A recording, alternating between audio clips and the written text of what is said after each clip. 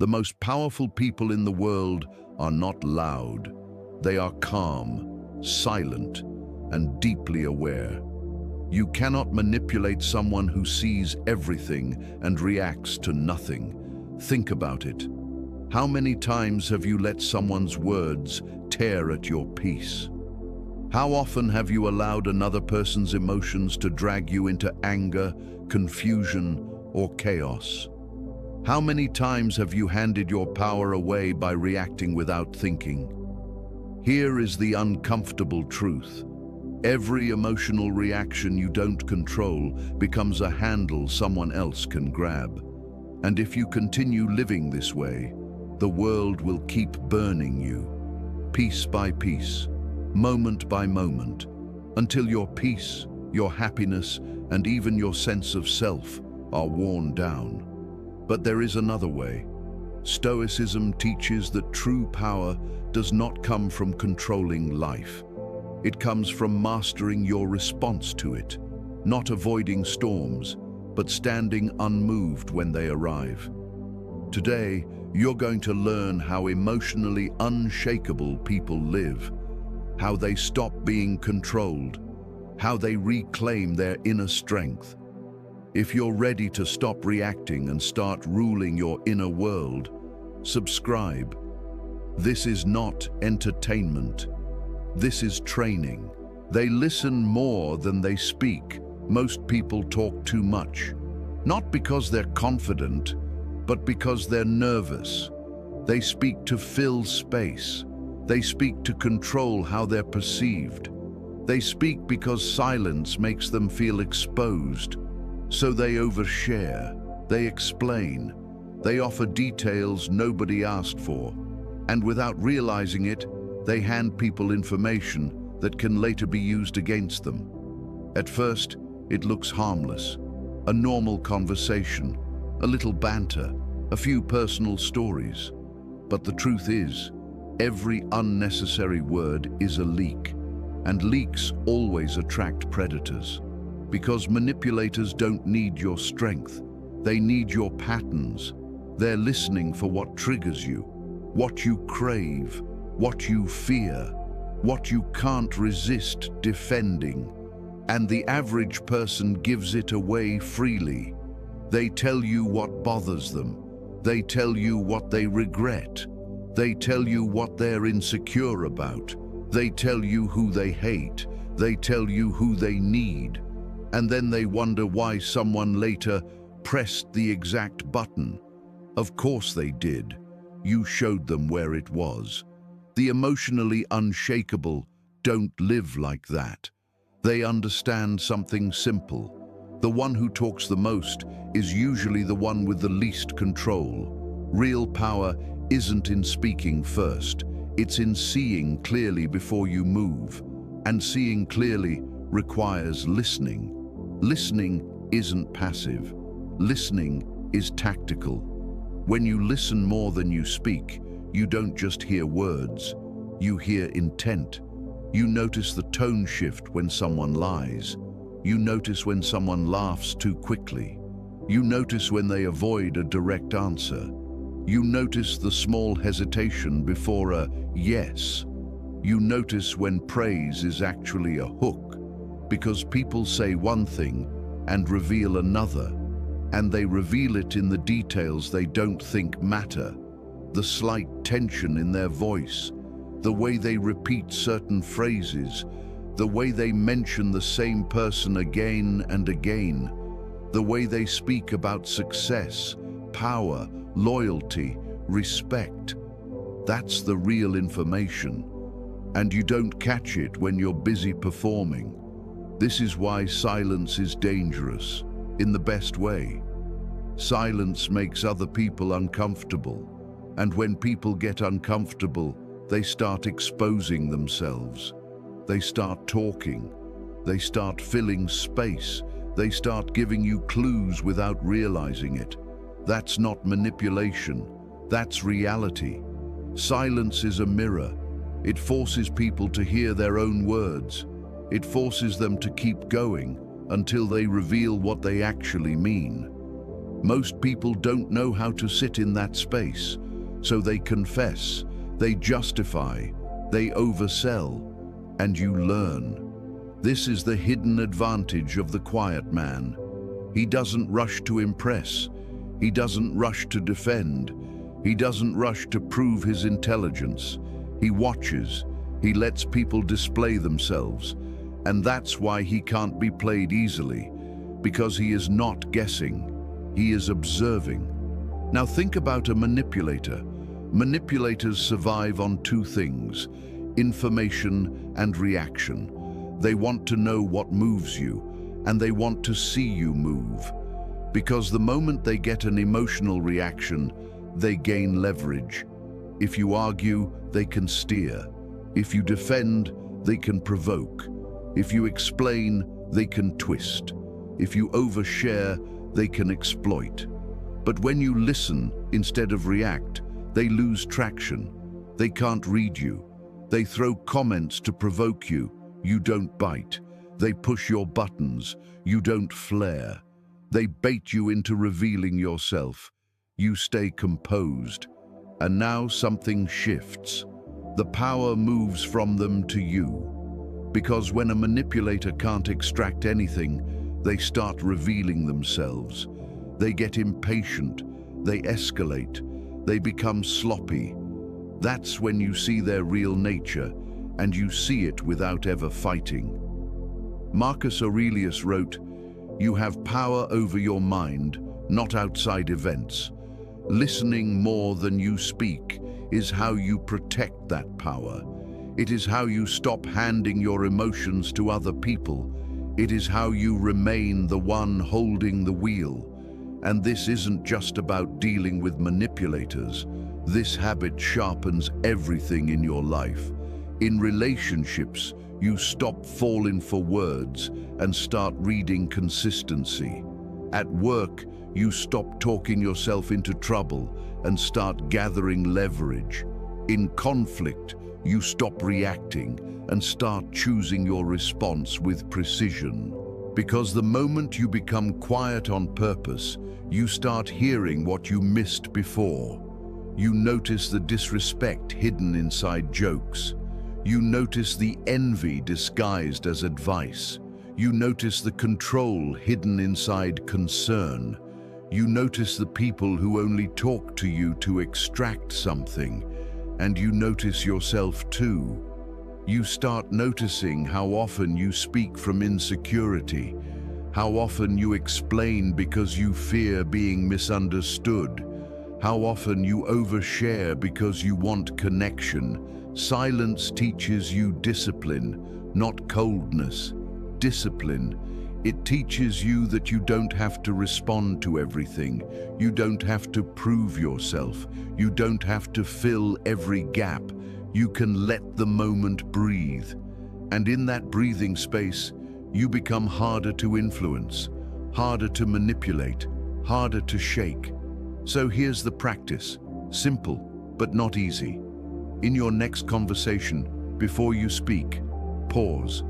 Listen for what's beneath the words. Watch how people behave when you don't give them immediate feedback. Notice who talks more when you stay calm. Notice who gets uncomfortable when you stop performing.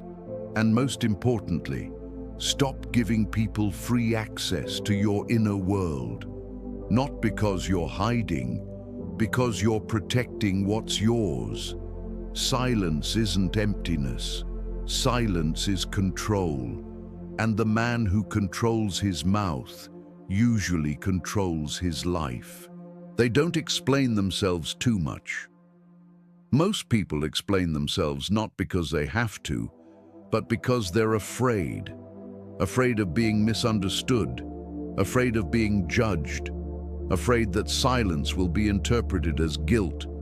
So they talk, they justify, they clarify, they add context nobody asked for, and with every extra sentence, they give their power away.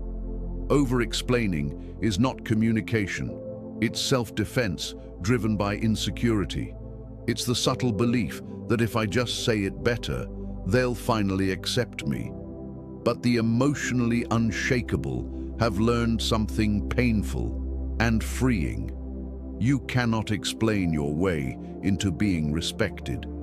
People who want to understand you don't need long explanations, and people who want to misunderstand you won't be convinced, no matter how perfect your words are. So the disciplined mind stops trying. It stops arguing with projections. It stops negotiating with assumptions. It stops defending truth to those committed to distortion. This is not arrogance, it's clarity. There is a difference between being clear and being desperate to be understood. Clarity is brief. Desperation is long. Notice how over-explaining usually shows up. Someone questions your decision, and suddenly you're giving your resume. Someone doubts your boundary, and suddenly you're defending your entire history. Someone disapproves of your direction, and suddenly you're asking for permission to live your own life. And when you're done explaining, what do you feel? Drained, smaller, still misunderstood. Because the problem was never clarity. It was misplaced accountability. You were trying to manage someone else's perception. The unshakable refuse this burden. They understand that their responsibility ends with acting in alignment with their values, not with convincing others to agree. This is why their words are minimal and their presence is heavy. They let actions speak. They let consistency speak. They let time speak. And that silence unsettles people who rely on explanation to maintain control. Manipulators thrive on explanations because explanations can be twisted, quoted, used later as ammunition. Every reason you give is something they can argue against. But when you don't explain, there's nothing to grab. You say what needs to be said, and you stop. No defending, no justifying, no persuading. That restraint shifts the power instantly. Now the other person has to sit with their discomfort. And many people hate that. They push harder, they accuse, they demand clarification. That's the test. And this is where discipline shows. You don't rush to fill the silence. You don't scramble to be liked. You don't trade peace for approval. You stay steady because you know who you are. Carl Jung said, "The privilege of a lifetime is to become who you truly are. And once you do, you stop asking permission to exist. You don't explain your boundaries. You enforce them. You don't argue your values. You live them. You don't seek validation for your choices. You accept responsibility for them. This doesn't mean you become mute. It means you become intentional. When explanation serves clarity, you speak. When explanation serves ego, fear, or approval, you stop. That distinction changes everything. Think about how much energy you've wasted trying to make people understand you who never intended to. Think about how many conversations left you frustrated instead of free. Those were not misunderstandings, those were power struggles. And you don't win power struggles with words, you win them by refusing to participate. The unshakable understand this. They don't chase agreement. They don't fear disapproval. They don't overinvest in being liked. They trust that alignment will speak louder than explanation. And it always does. When you stop explaining yourself, you reclaim time. You reclaim energy. You reclaim authority. You begin to feel grounded in a way that doesn't depend on reaction. And people feel that shift. Some will respect it immediately. Others will resent it because they no longer have access. Both reactions confirm you're doing it right. So here's the discipline. The next time you feel the urge to over-explain, pause. Ask yourself one question. Am I being clear, or am I trying to be accepted? If it's clarity, speak briefly. If it's acceptance, stay silent. Your peace is worth more than anyone's understanding. And the moment you realize that, you become much harder to manipulate. They stay calm when others want a reaction. Most people think strength looks loud. They think power means raising your voice, winning the argument, proving the point. But the people who are hardest to manipulate know something different. Real power is restraint. When someone tries to provoke you, they are not seeking truth. They are seeking control. They want a reaction. They want movement. They want you emotionally off balance. Because the moment you react, you've entered their frame. Your heart speeds up. Your thoughts narrow. Your judgment weakens. And now they're leading. Manipulators understand this instinctively. They poke, they mock, they interrupt, they disrespect. Not because they are strong, but because they are fishing. Fishing for anger, fishing for defensiveness, fishing for proof that they can move you. And most people take the bait immediately. They snap back, they explain, they escalate. And in doing so, they give away the one thing that mattered most, their composure. The emotionally unshakable refuse this trade. They understand that calm is not passivity, it is command. When you stay calm, you keep your mind online. You can see clearly, you can assess intent, you can choose your response instead of being dragged into one. Calm buys you time, and time is leverage. Think about it. When someone is trying to provoke you and you don't react, they feel it. Their words hang in the air. Their attack falls flat. Their script collapses. Now they are uncomfortable. Now they are exposed. Because provocation without reaction reveals desperation. This is why calm is so disruptive. It denies manipulators the feedback loop they need. No anger to feed on, no defensiveness to exploit, no emotional spike to steer, just stillness. And stillness is disarming. This doesn't mean you don't feel anything. You feel the irritation, you feel the pressure, you feel the impulse to respond, but you don't obey it. That distinction is everything. Discipline is not the absence of emotion. It is the refusal to be governed by it. The Stoics trained for this deliberately. They rehearsed insult in advance. They imagined criticism before it arrived. They practiced responding with composure long before it was required. So when the moment came, they were ready. Epictetus said it plainly. It's not what happens to you, but how you react to it that matters. Reaction is optional. Response is chosen, and calm is what makes choice possible. Without calm, emotion hijacks the wheel. With calm, you stay in control. This is why calm people feel dangerous to others. Not aggressive, not threatening, just unmovable. Their mood doesn't shift with every comment.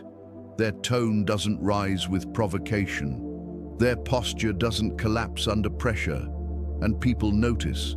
Those who seek control feel frustrated. Those who seek drama feel starved. Those who rely on chaos feel unsettled. Because calm exposes how much noise they need to function. Carl Jung said, "You are what you do, not what you say you'll do." Anyone can talk about self-control. Few can demonstrate it when insult is personal and the urge to react is strong. That's where calm becomes character. Staying calm also protects your future. Think about how many regrets are born in moments of emotional reaction. Words you wish you could take back. Decisions made in anger.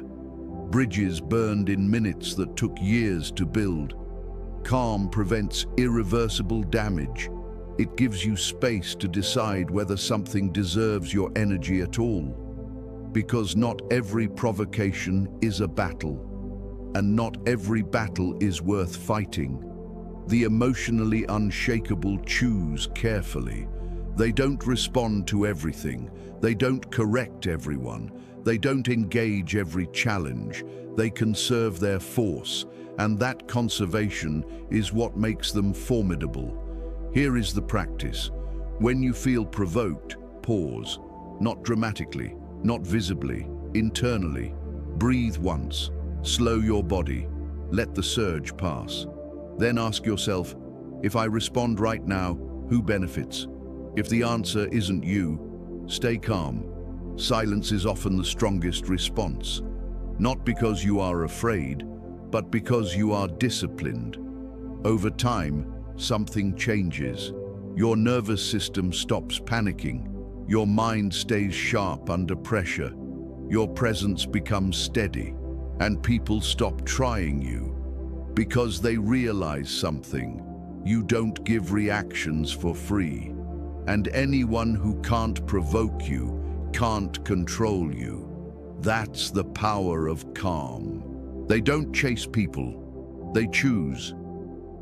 Chasing is desperation dressed as effort. It looks like persistence. It feels like loyalty. But underneath, it is fear. Fear of loss. Fear of being alone. Fear that if you stop running after people, nothing will choose you back. The emotionally unshakable have outgrown this illusion. They understand a hard truth most people avoid. Anything that must be chased already has power over you. When you chase someone, their attention, approval, affection, validation, you place them above you. You move toward them. They decide whether to stay. That imbalance is where manipulation begins. You reply faster than you should. You tolerate more than you should. You excuse behavior you would never accept from yourself, not because it's right, but because you don't want to lose them. Chasing always costs dignity. The unshakable refuse this cost. They understand that real connection is mutual, chosen, not pursued, earned, not begged for, voluntary, not pressured. If someone wants to be in your life, they don't need convincing. If they value you, they don't need reminders. And if they only stay when you chase, they were never yours to begin with. This applies everywhere. Relationships, friendships, work, opportunities. The moment you start over-investing to keep something alive, you've already crossed the line. You are no longer choosing, you are clinging. And clinging repels respect. Stoicism teaches self-sufficiency first, not isolation, not arrogance, but inner fullness. Marcus Aurelius reminded himself that nothing external completes the self. When you know this deeply, you stop chasing, because you no longer need others to validate your worth. You don't fear absence, you don't fear silence, you don't fear walking away, and that changes everything. When you stop chasing, a strange reversal happens. The dynamic flips. You become selective, observant, intentional. You watch who shows up without pressure, who stays without persuasion, who invests without being pushed, and you choose them. This is not coldness, it is clarity. Chasing says, please choose me. Choosing says, show me why I should choose you. That shift alone ends most manipulation, because manipulators rely on pursuit. They rely on your fear of losing them, your hope they'll change, your willingness to give more just to keep the connection alive. When you stop chasing, their leverage disappears. They can no longer withhold affection to control you. They can no longer disappear to provoke anxiety. They can no longer threaten distance as punishment, because distance no longer scares you. You are already whole. This doesn't mean you never initiate. It doesn't mean you become passive. It means you watch the response. Effort that is not reciprocated is information. Silence is information. Distance is information. Inconsistency is information. The emotionally unshakable listen to it. They don't argue with reality. They don't chase explanations. They don't chase closure. They accept what behavior reveals, and then they choose accordingly. Think about how much energy you've wasted chasing people who never truly chose you. How much time explaining. How much emotional labor compensating. How much self-betrayal, shrinking yourself just to keep a connection alive. Now imagine reclaiming that energy, redirecting it inward, toward growth, toward discipline, toward people who meet you halfway. That's what choosing does. It restores balance. It returns power to its rightful place. The people who belong in your life will not require pursuit. They will recognize value without pressure.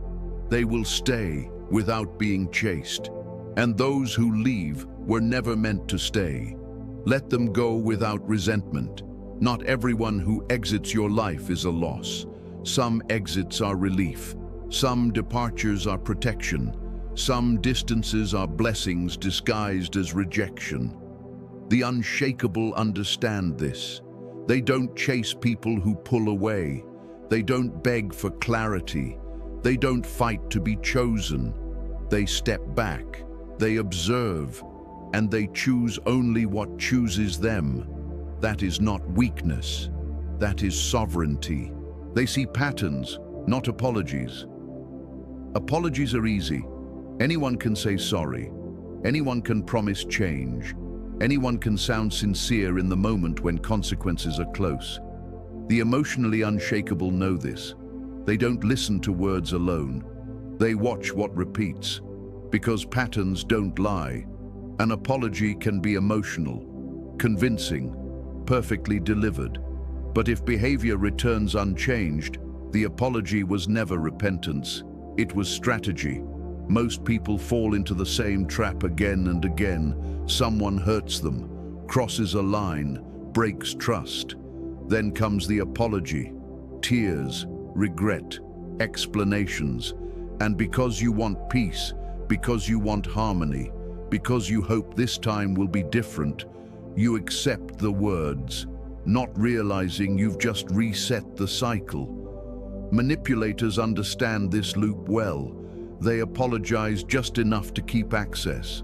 They say the right things to avoid accountability. They rely on your willingness to believe over your willingness to observe.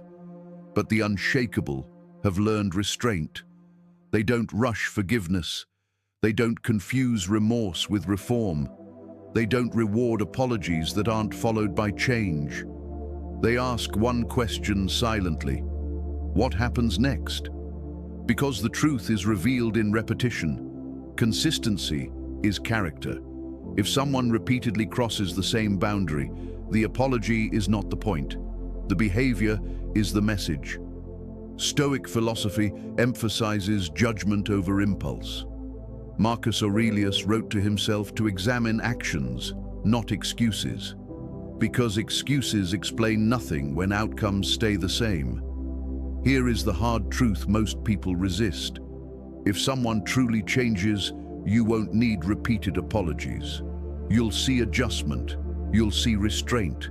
You'll see effort without being asked. Real change moves quietly. It doesn't announce itself. It doesn't beg for credit. It simply behaves differently. Apologies without behavioral shift are emotional noise. They exist to calm you, not to correct the problem. The unshakable do not argue with patterns. They don't reinterpret them. They don't reframe them. They don't explain them away. They accept what is being shown. This is not cruelty. It is clarity. Seeing patterns does not mean becoming bitter. It means becoming honest. It means recognizing when someone's words and actions no longer align. And alignment is non-negotiable. Carl Jung warned that self-deception is more dangerous than deception by others, because when you ignore patterns, you participate in your own manipulation. You tell yourself stories. They didn't mean it. They're trying. They're under stress. They had a hard past. But patterns don't care about stories. They reveal priority. What someone consistently does is what they truly value. And when that pattern includes disrespect, inconsistency, or harm, the unshakable respond with boundaries, not arguments. They stop explaining. They stop hoping. They stop negotiating with reality. They adjust access. This is where power returns, not through confrontation, not through punishment, but through withdrawal of availability. You don't need to announce it.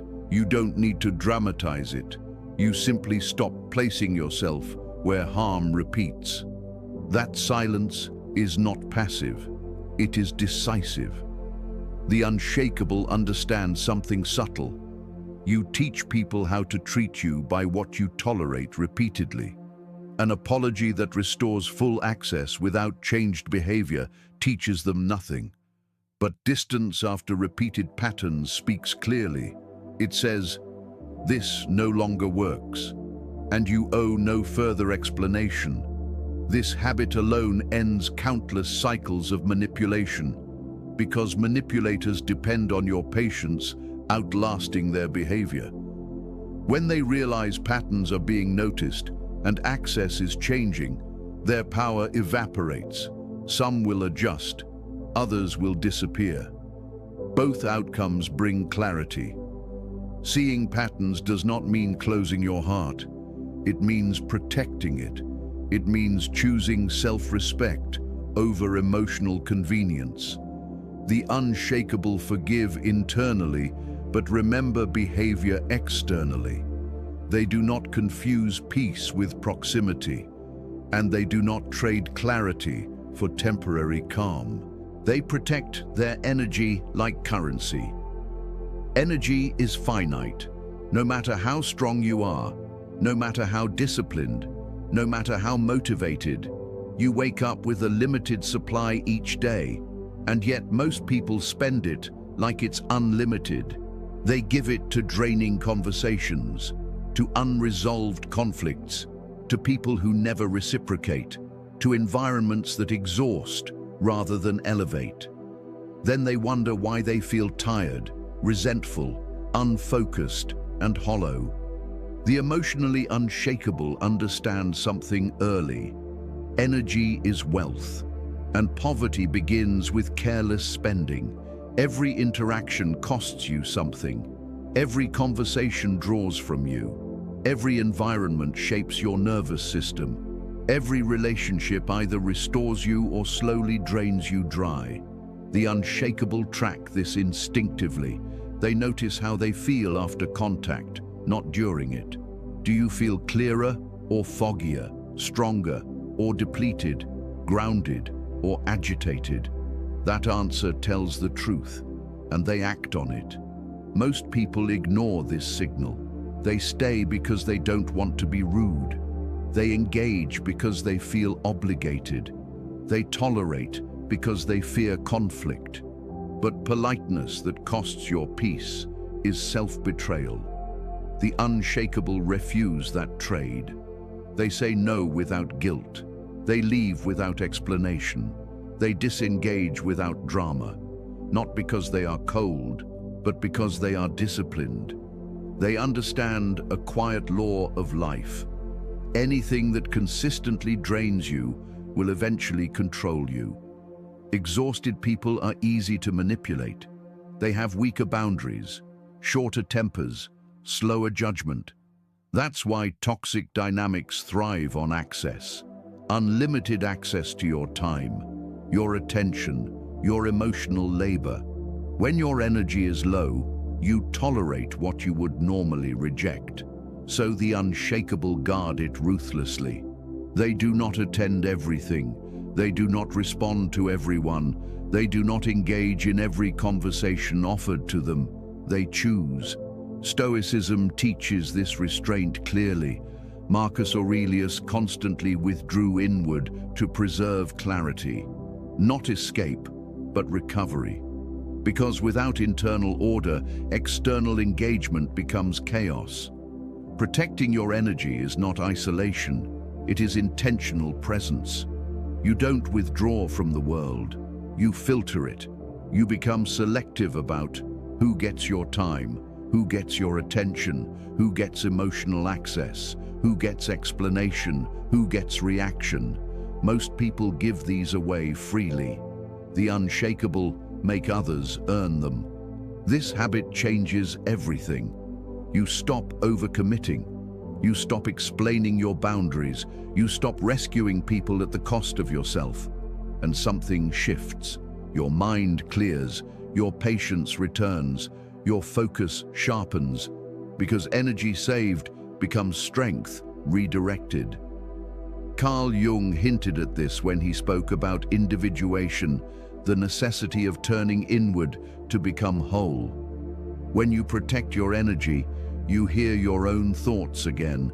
You feel your own intuition again. You regain sovereignty over your inner state. And manipulators notice immediately. They feel the distance, the shorter access, the slower responses. They test you, push boundaries, guilt you, question your change. This is confirmation. Healthy people respect boundaries. Unhealthy people resent them. And the unshakable do not argue with resentment. They adjust exposure. Energy protection also means knowing when to leave before exhaustion hits. Not after. Before. Before resentment builds. Before irritation leaks out. Before burnout sets in. That foresight is wisdom. You don't need to explain why you're tired. You don't need permission to rest. You don't need approval to disengage. Your energy is yours. Spend it where it grows. Withdraw it where it decays. This is not selfishness. It is stewardship. Just as you would not give your money to someone who wastes it, you should not give your energy to people or places that consume it carelessly. The unshakable build lives that replenish rather than drain. They choose solitude over chaos, depth over noise, quality over quantity, and because of that, when they do engage, they are fully present, fully composed, fully grounded. That presence alone commands respect.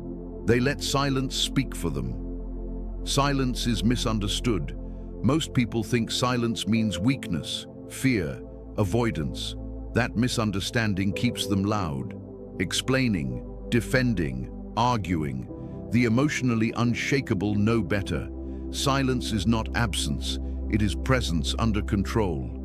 When you speak unnecessarily, you leak information, you reveal emotion, you expose intent, you give others something to react to, twist, or weaponize.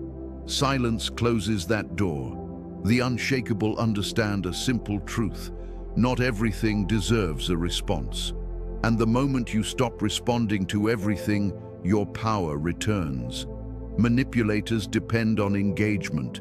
They provoke to pull you in. They accuse to trigger defense. They disrespect to incite reaction. Noise is their tool. Because noise creates movement, and movement creates mistakes. When you respond emotionally, you confirm their influence. When you argue, you legitimize their position. When you explain, you grant them authority they never earned. Silence denies all of it. When you don't react, their words echo back to them. Hollow, exposed, unanswered, and that unsettles people. Because silence forces self-confrontation. In silence, there is no distraction, no escalation, no emotional exchange, only their behavior, standing alone. This is why silence feels heavy. It places the weight where it belongs. The Stoics practiced this deliberately. Marcus Aurelius reminded himself to let other people's behavior belong to them, not to you. Silence is how you enforce that boundary. You don't need to win every argument. You don't need to correct every misunderstanding. You don't need to clarify yourself to people committed to misreading you. Silence saves energy. Silence preserves dignity. Silence maintains leverage. This does not mean you never speak. It means you speak intentionally.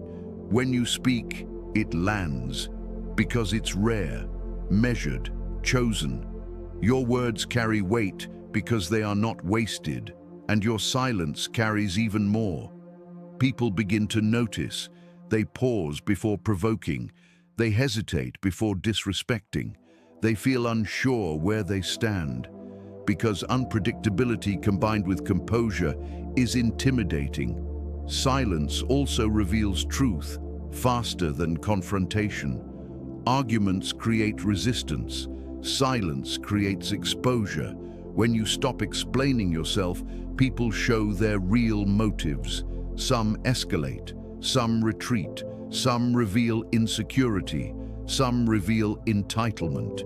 You learn more by observing than you ever would by debating. Carl Jung understood this deeply. He knew that projection thrives on reaction. When you remove reaction, projection collapses. What others try to put on you falls back onto them, and you remain clean. Silence also protects your future. Think about how many situations worsened because of one unnecessary reply. One text sent too quickly. One sentence spoken in frustration. One emotional explanation that weakened your position. Silence would have saved you. The unshakable learn this lesson early. They don't rush to respond. They let time filter emotion. They let clarity replace urgency. And when they do speak, they speak from stability, not impulse. There is also a deeper layer to silence. It builds internal authority. When you stop reacting outwardly, you turn inward, you regulate, you observe, you decide. Silence gives you space to remain sovereign over yourself, and sovereignty is the highest form of power. You are no longer pulled by every comment, tone, or opinion. You move when you choose. That freedom is visible. People feel it. They sense that you cannot be rushed, that you cannot be cornered, that you cannot be baited easily. And gradually, they stop trying. Because silence starves manipulation. No reaction, no fuel, no payoff. This is not coldness. It is discipline. It is knowing that your peace does not require explanation, that your worth does not need defense, that your strength does not need to announce itself. Silence becomes your final boundary. And boundaries, when enforced calmly, end games permanently. The emotionally unshakable understand, words are tools. Silence is strategy. And those who master both cannot be controlled.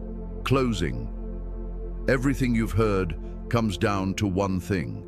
Power is not loud. It is disciplined. It listens more than it speaks.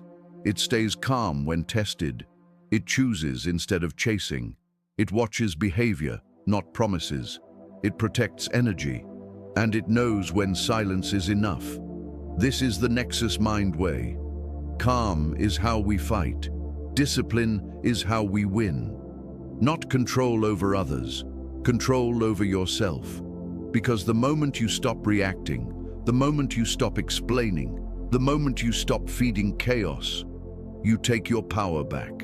Some people will respect you more. Some will feel uncomfortable. Some will leave. Let them. Your responsibility is not to be liked. It is to be unshakable. Carry this forward. Calm is strength. Silence is command. Discipline is freedom. This is NexusMind.